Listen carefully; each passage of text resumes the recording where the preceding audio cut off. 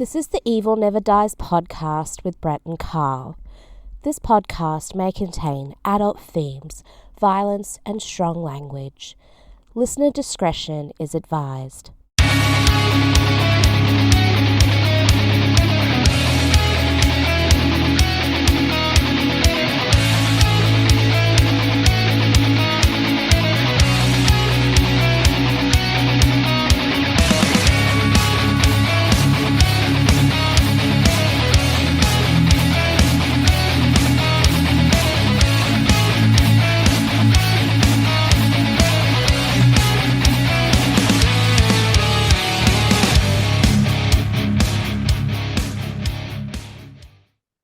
Welcome back to the Evil Never Dies podcast. I'm Brett, back with Carl. What have I been gone somewhere? I don't know. We're back. We're both back Were we gone? again from last week. Oh, I thought you meant we were gone for a week or so. I was gonna say we did a show last week. I know. I'm playing with filters. See, look at that. Oh, yeah. I finally got my lighting as good as I think I'm going to be able to get it. So Yeah, I think so. let Ooh, I like that filter. I like that. See my skeleton? It's green. Yeah, I like that. That's I'm sort gonna of keep cool. that. I'm gonna keep that filter. But anyway, let me know how I look on how everything looks. Yeah, I think it looks okay. I just need to add my green filter. Look at that. That's cool. It makes my skeleton turn green. Boom. We waste too much time worrying about this stuff. But people always comment on our sets, so I guess we really aren't wasting time. Yeah. Well, we finally got the chainsaw running. Yeah. Better late than never, I guess. If all else fails, look on YouTube to see how to do shit. Yeah. So finally got it going and got some logs burned, and Brett killed himself. not too bad. I didn't bleed. No bleeding. Not a drop of blood was shed. No blood. No, it wasn't. Other than that, we didn't really have nothing much else going on. I didn't anyway. Oh, except my truck fucking breaking down, but I don't even want to talk about that. We're not going to talk about it. All right. Well, this week it's my pick. It is.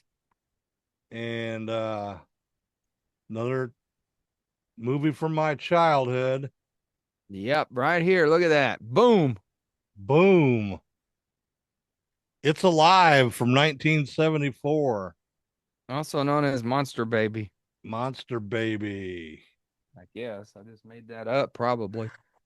Nyko called me while I was watching. He says, "What are you watching?" I said, "It's a Monster Baby." He's like, "Monster Baby?" And I showed him the picture, and he's like, "That's cool as heck." Oh shit! But yeah, when I was like 6 years old when this first came out, the TV spot for it scared the shit out of me. It's just very short, like it's only like a 15-second, 20-second spot. But it does its job. It does its job. And scared the shit out of me when I was a kid. So yeah. So It's Alive. Written, directed, and produced by Larry Cohen. And what else has he done? Maniac Cop. Yeah. He started out doing like blaxploitation movies and shit. Like Blackula? So, sort of stuff like that. I don't think he did Blackula, but are we ever gonna do Blackula? It's a vampire movie, of course. We can do Blackula. It's actually a semi-decent movie. But yeah, this Cohen guy's done a lot of stuff. I don't know right offhand, but I know the name. I know his name, so that means he's done some pretty cool stuff. Well, there are two and three parts to this, so he wrote, directed, and produced all of them. So and there they are, right there. And I got the cheesy DVD version for $10 on, and it's got all 3 movies with it. So, Yeah, this has the 3 movies. Shout Factory put this one out. Yeah, it looked like 74. I didn't know this movie was that old. That's yep. amazing. 74, 78 was It Lives Again, and then 87 was It's Alive 3.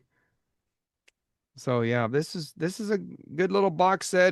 But it went on a big discount for a while from Scream Factory, so I finally picked it up when the price got right. I think it's gone back up now. Gotcha. All right.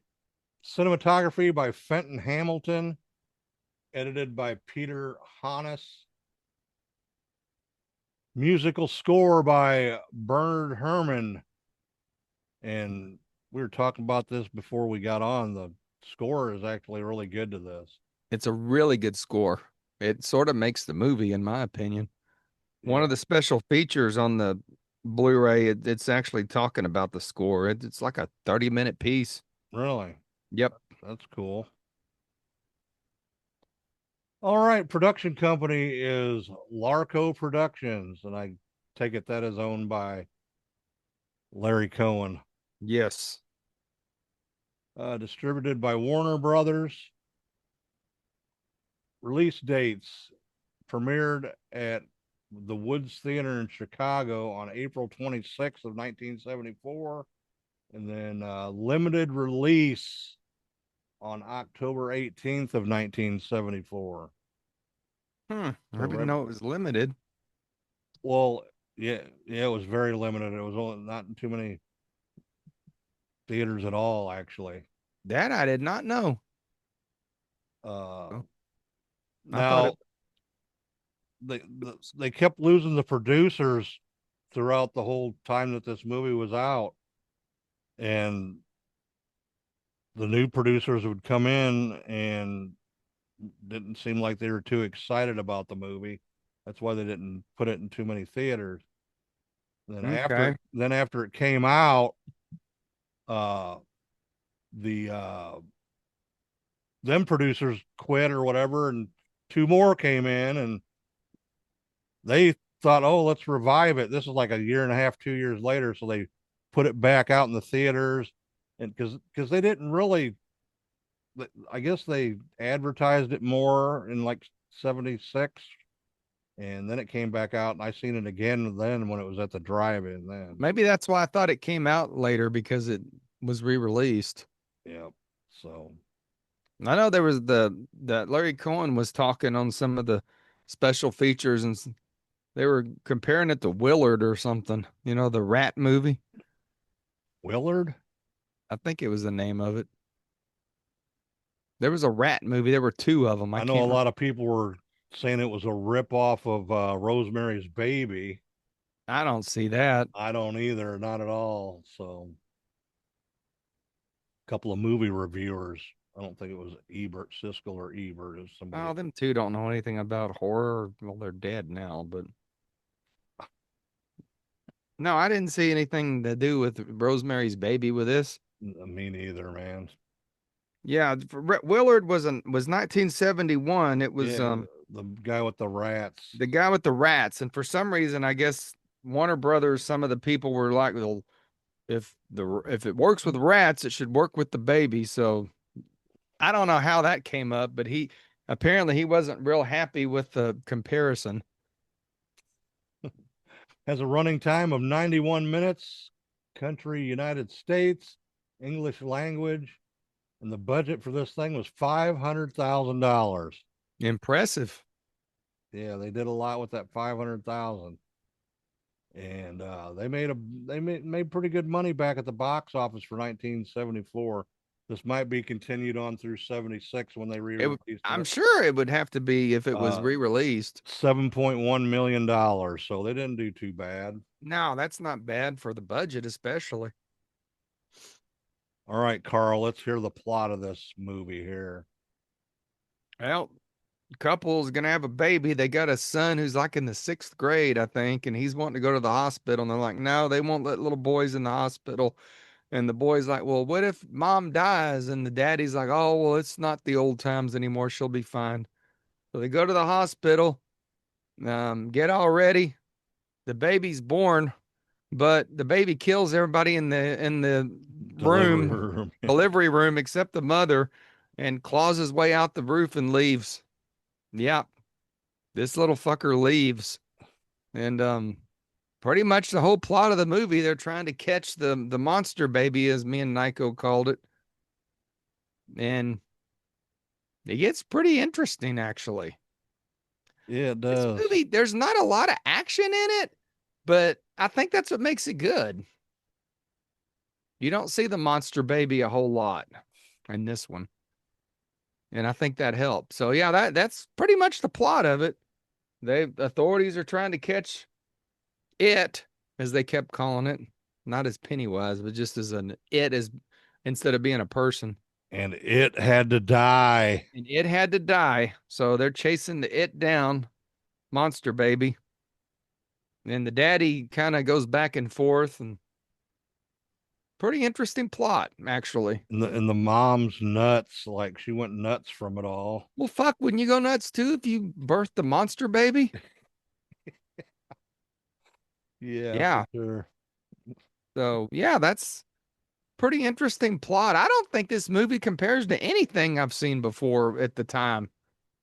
So I don't know what the hell they were comparing it to Rosemary's Baby for. I wonder if they sell a monster baby just like it. Wouldn't that be cool? Some of them sort of look like it. Some of them. Some of the spirit zombie kids, maybe. Yeah. But I don't know. I'm all into the haunted dolls and shit now, so that's my new latest obsession. Robert started me down the road of hauntedness. All right. Let's go over the cast here. Good cast. First off, we got John P. Ryan as Frank Davis, and he has nothing. He has done nothing since this movie, dude. No, he didn't, but he was really good in the movie. Yes, he was. Very his, believable role. His IMDb is this, and that's it. Wow. Not even like no personal information or anything like that. So I think my IMDb's got more than that guy. Next, we got Andrew Duggan as the professor, Sharon Farrell as Leonore Davis, Guy Stockwell as Bob Clayton, James Dixon as Lieutenant Perkins, Michael Ansara as the captain, William Wellman Jr. as Charlie, Robert Earnhardt as the executive, Seamus Lockie as the doctor, and Daniel Holzman as Chris Davis. I think that was the son. I think you're right. So that He was is just the a kid, cast. so- That is the cast of It's Alive. You got anything else about the Blu-ray, since I have nothing? Let's go ahead and talk about the Blu-rays here. So yeah, this is a 3-pack Scream Factory put out with Warner. Warner Brothers is always working with Scream Factory. They're like in cahoots with each other. It looks okay on Blu-ray. It still looks a little, there's a lot of artifacts and stuff. It's not a total cleanup job on it. But for this kind of movie, it don't need to look pristine. Definitely don't need a 4K of this damn thing. Yeah. Again, it's got some pretty good special features. They talk to that Larry Cohen a lot. They have some of the, I don't know if they had the main guy on it, the daddy on it. I can't remember if he talked or not, but there's a audio commentary that they did a good job on this thing. The other 2 discs, which we may or may not get to these movies, I don't know, we'll see. But they've got audio commentaries on both of them as well. Usually the sequels get sort of crapped on. Not this time. But yeah, the Scream Factory did a good job with this. Like I said, it could look a little cleaner, but that's fine. It's in digital theater sound, so it sounds really good. Although I don't have my main speaker on right now, so I'm not hearing anything other than just the TV. But I'd give this thing a look at that devil baby. You don't get to see him much in the movie either. No. That's part of the allure of it. But yeah, like you mentioned, this has got the original case, and then if you open it up on the inside, it's got I guess what we're used to. So I would say, if you can find this, pick it up. I think it may be going out of print if it hadn't already, because the price has increased again. Or maybe you want to get the the DVDs like Brett did. But if you're Well, interested in Devil Babies and Monster Babies, this is the 3 movies you're gonna want. well, the DVD version, parts 2 and 3 are on one disc. Oh, Remember one the of way them they old used, ripoffs. remember the way they used to do them pieces of shit. Flippers. So yeah, They had to kill the flipper in the but I days don't of know if Blu-ray. I don't know if there might be some special features on there. I don't know. I haven't really looked. So Probably not on 2 and 3, but 1 you might. I don't know. I don't know. I haven't watched them yet. So Did you know It's Alive was rated PG too? yeah, I'm surprised for all the blood. The blood looked kind of fake in it to me. Some of it looked It, good. it looked very Hammer blood back when, they wouldn't let them do blood the right color because of all the censorship. With Hammer, I looked past it, but this one, it looked sort of silly to me. I'm like, why does the blood look like this? All right, let's go into some trivia here. It's I don't know Alive. anything about it, so I'm curious to hear the trivia. There's really not much, but a perfect amount of trivia, I would say, Okay, good. for this film. So, It's Alive was filmed and edited simultaneously with another Larry Cohen film, Hell Up in Harlem, which I take it was one of his blaxploitation films, which was shot on the weekends during the production of It's Alive. This means that many of the same cast and crew put in consecutive 7-day work weeks to create both of these films. Wow, Hey, that's if a you're in the lot. movie business, I think You you got to got to do do what you what you got to got to. do. Exactly, that's what I was about to say. So, like being in the haunted house business, we were having flashbacks of the haunt before we started the show. Flashbacks of the haunt. Yeah. For close-up shots, Rick Baker. Oh yeah, Rick Baker designed the monster baby. So It looked good too, even though we yeah, don't see it a whole lot in this one.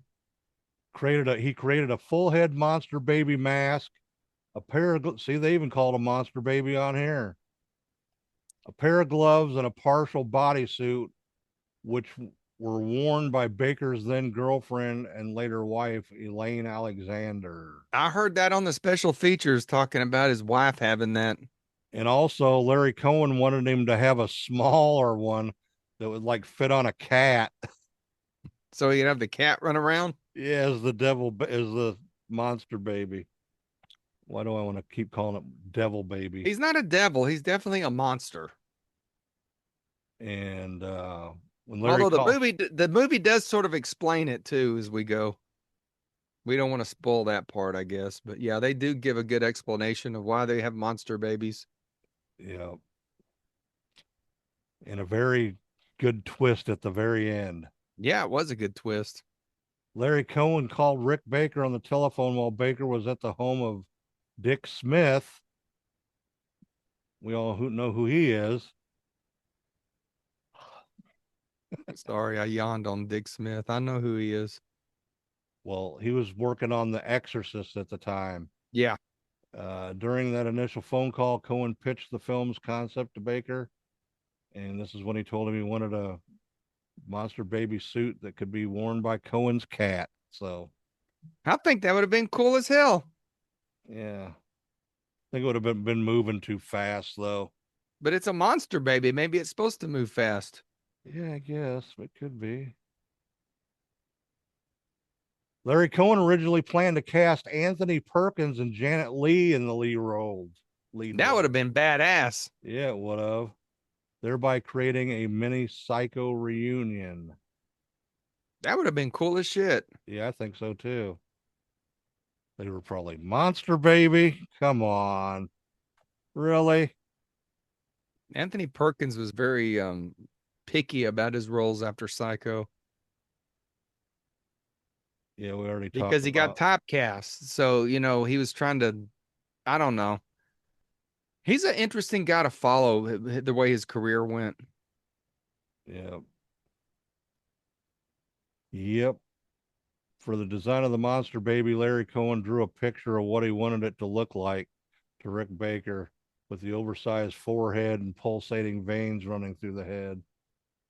Cohen and Baker based it off a hybrid of the Star Child from the film 2001: A Space Odyssey. I could see that. Yeah, And a mixture of a wolf. I can see that too. Yeah.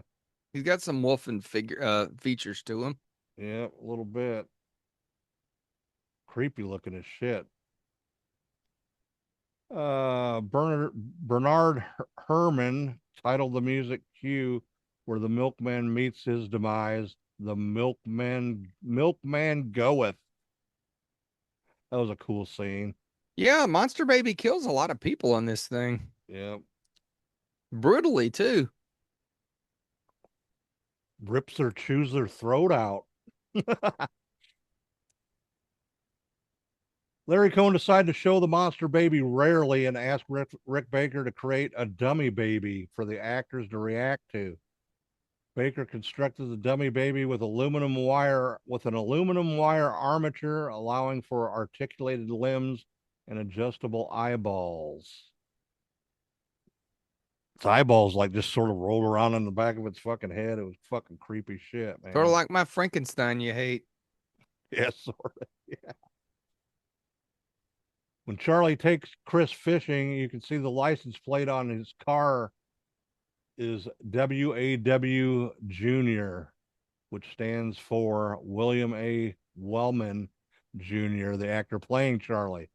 This appears to indicate that either Wellman was driving his own car for the scene or it was an inside joke. I think he's probably driving his own car. That'd make more sense. So they didn't have to pay for a car. So, Yep. sure, I'll drive my own car. Low budget movie. You got to cut the strings where you can. One thing in the film that is accurate about infant development is the monster baby's inability to focus his eyes, as is the case with infants under the 2 months of age. So I didn't know you were all out of focus till you're over 2 months old. Didn't know it either. Considering that Frankenstein is mentioned in the film's dialogue, the title "It's Alive" is probably a reference to the famous line "It's alive" in the film. I would have never have caught that. That makes a lot of sense, actually. Daniel Holzman, Chris Davis, was performing at a children's playhouse when one of the actors from the film came by to watch. He asked him to meet with the writer and director Larry Cohen, and he did a couple of days later. The meeting seemed pretty informal, with him just reading a few lines. Larry asked him to be in the movie, and he said yes.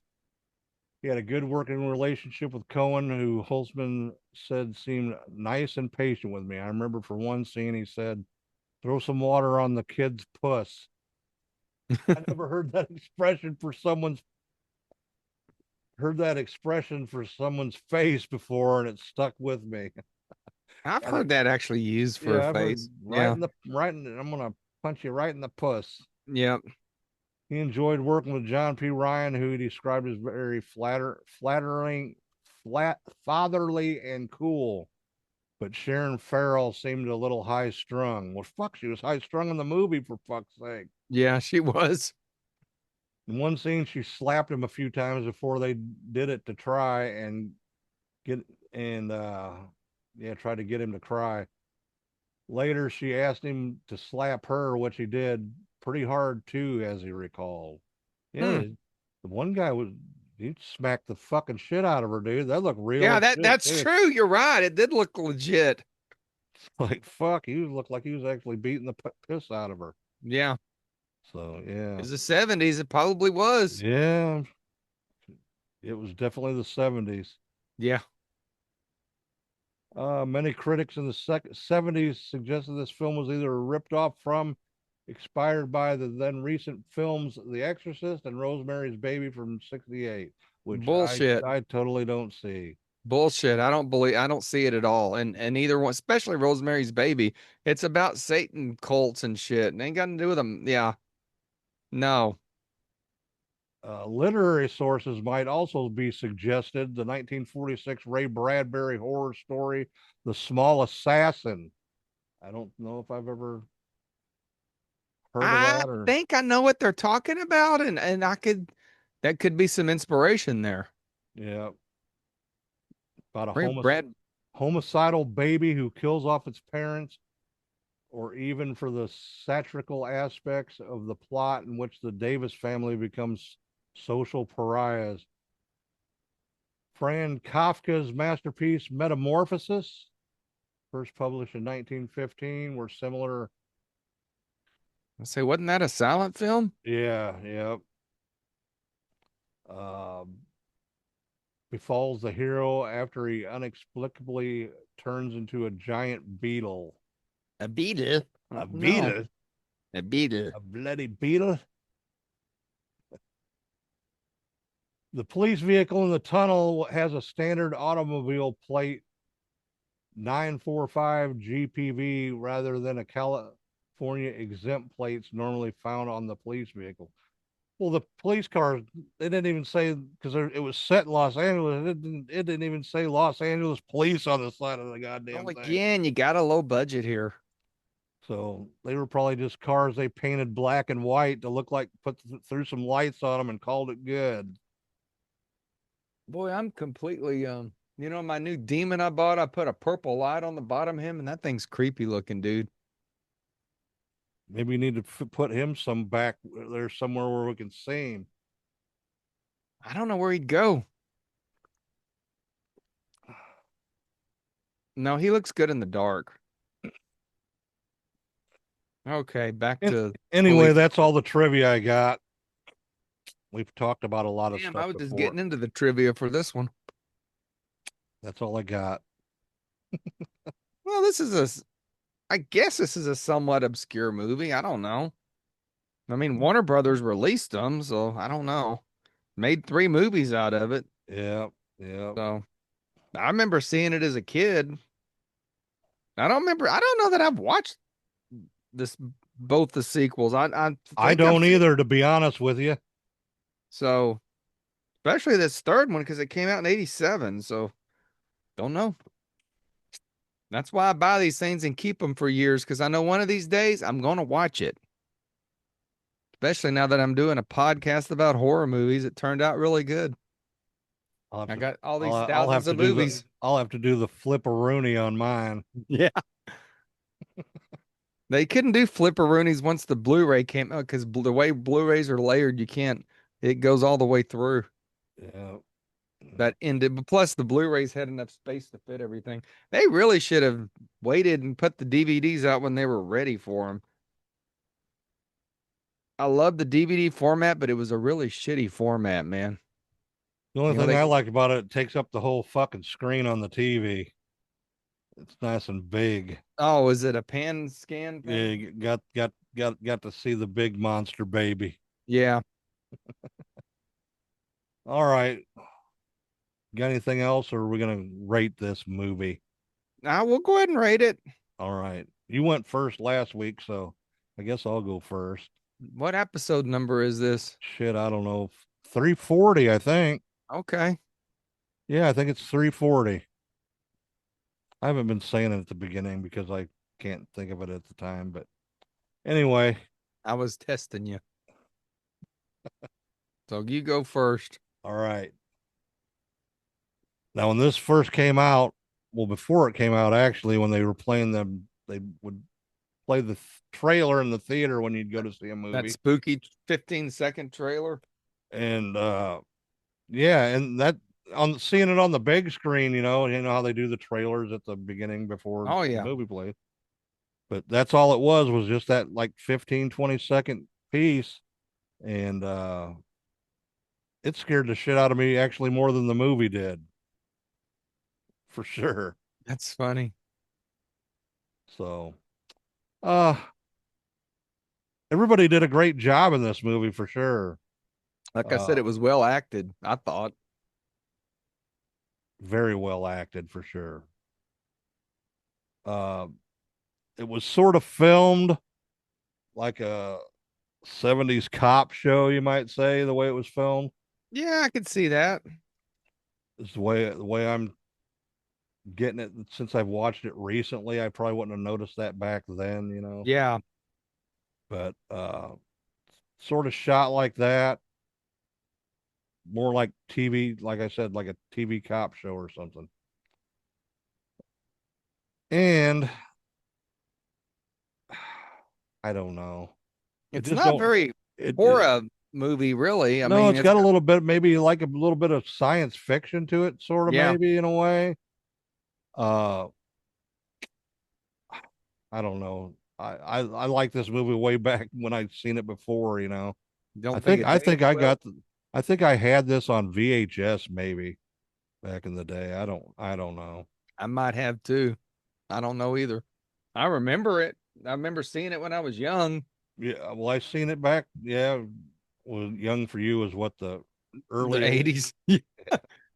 My young for me was either on Showtime, HBO, Cinemax, or I rented it at the video store. gotcha. But anyway, it doesn't really hold up that well now. Uh, I don't know. I'm gonna give it a 2.5. I'm gonna go halfway on it. Okay. Yeah, it's not as I remembered. I know I've watched it since originally when it came out, Yeah, but it's probably been been a while. at least, probably, I think they had it on one of the streaming services at one time, and I seen it. I forget which one it was, but yeah, it's not on streaming now unless you rent it or buy it. Yeah, that's why I just bought it. So that's why I figured $10, shit, something to add to the collection, and I get to watch the movie for the show. So, Yeah. but yeah, 2.5 for me. Well, I'll admit, watching this, it was a little boring in places, but I really was into the storyline. Um, Cool, unique story. Don't think it was a rip off of anything. Like the soundtrack, thought it was unique. It does definitely look dated. Um, it's a little slow. I think you're right. I caught you smoking. Um, it's I don't know how to describe this thing. I don't dislike it at all, but I don't know. I think I'd give it a little bit more than I'd give it a 2.75, I think. 2.75. Close to a 3, but I just think it's a little slow. It pays Again, off in the end, but it's just a little slow. again for me, it's the nostalgia thing too. Yeah, I don't have any No, nostalgia to it. I just think I think it's a pretty unique movie. I want to say that the sequel's better, okay. and I don't think I've ever seen the third one, so I just don't understand why that guy didn't do anything else. no. I guess he's a professional juggler or some shit. Well, hell. Word. So Well, a that's all I got. 2.75, huh? Yeah, Okay. I don't dislike it, but it's just not the Oh, same best. here. I don't dislike it. I just Now, far as a damn remake, this probably they could do a good remake on it. They did do a remake. 2009, I think. They did? I think so. I don't ever remember hearing that before. When they were doing all the remakes back about that around that time, they redid Freddy and all that, and didn't they do It, a it was some low budget thing. I'm looking it up right now.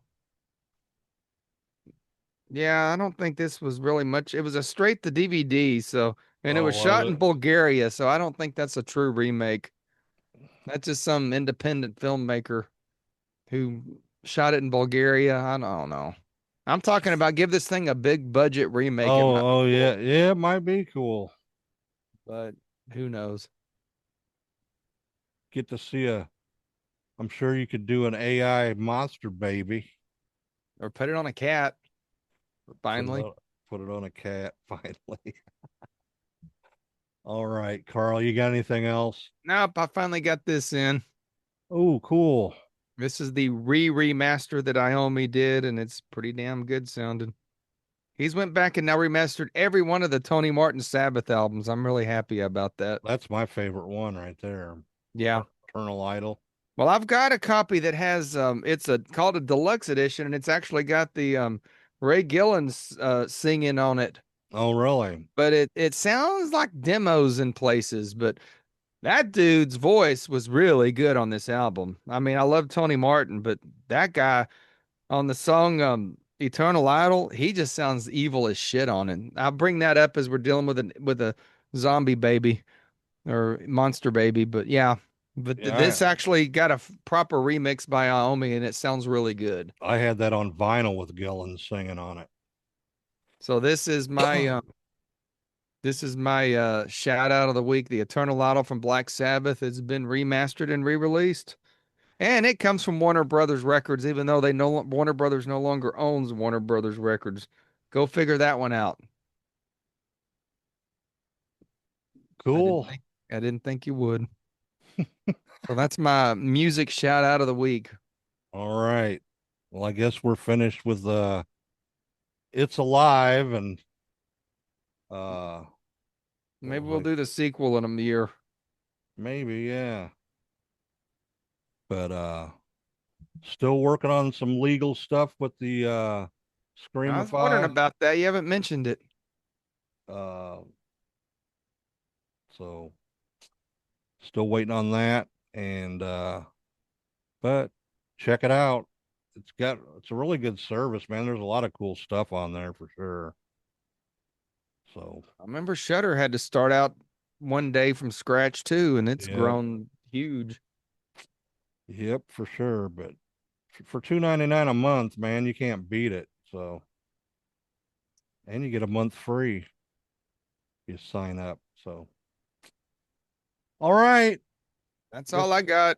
That's all I got. So I guess we will talk to y'all next week. Next week's Carl's pick. So, oh, werewolf or vampire, maybe. Werewolf. Come on, man. Like the last 4 or 5 we've done has been vampire, werewolf, zombies. Well, hell. I'm sure you'll pick something fine.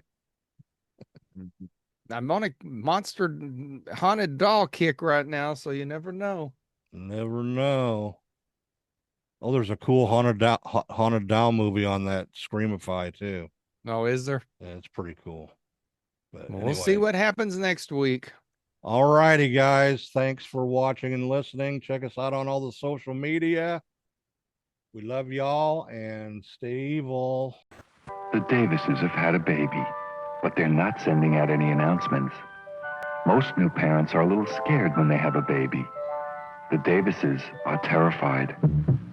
You see, there's only one thing wrong with the Davis baby. It's alive. It's alive. Don't see it alone. Please. Rated PG.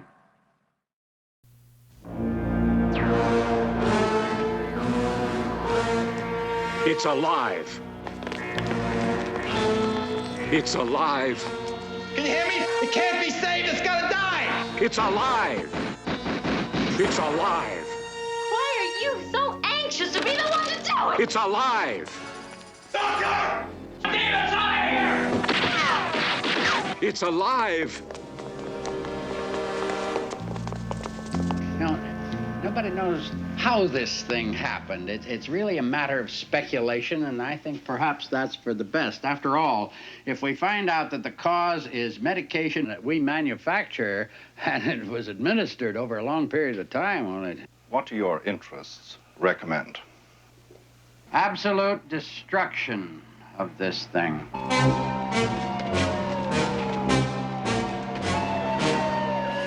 It went down the storm drains. That's how it can travel the length of the city without anybody seeing it. Don't touch me. Don't you touch me. They stole my baby. Come on, get down. Did you see it? Did you see? What does it look like? What are you Get afraid those of? cameras out of my face, please. I got no comment. That had nothing to do with this. Will you get that Thing out of my face. Get out of the way! He could have killed you. You know why he didn't? You know why he didn't kill you? Look out, Charlie!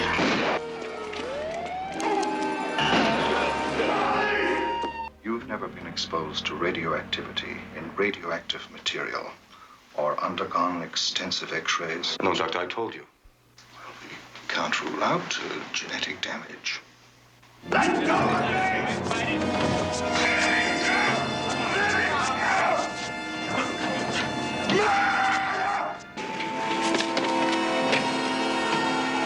My department has already cautioned the police about excessive violence. If it could be dispatched with a bullet or better still, some kind of a gas. Undoubtedly, it is very small, and any kind of bodily harm, especially from gunshots or explosives. In other words, you want me to sign away the body, is that it? Well, it's your right. After all, you are the child's father.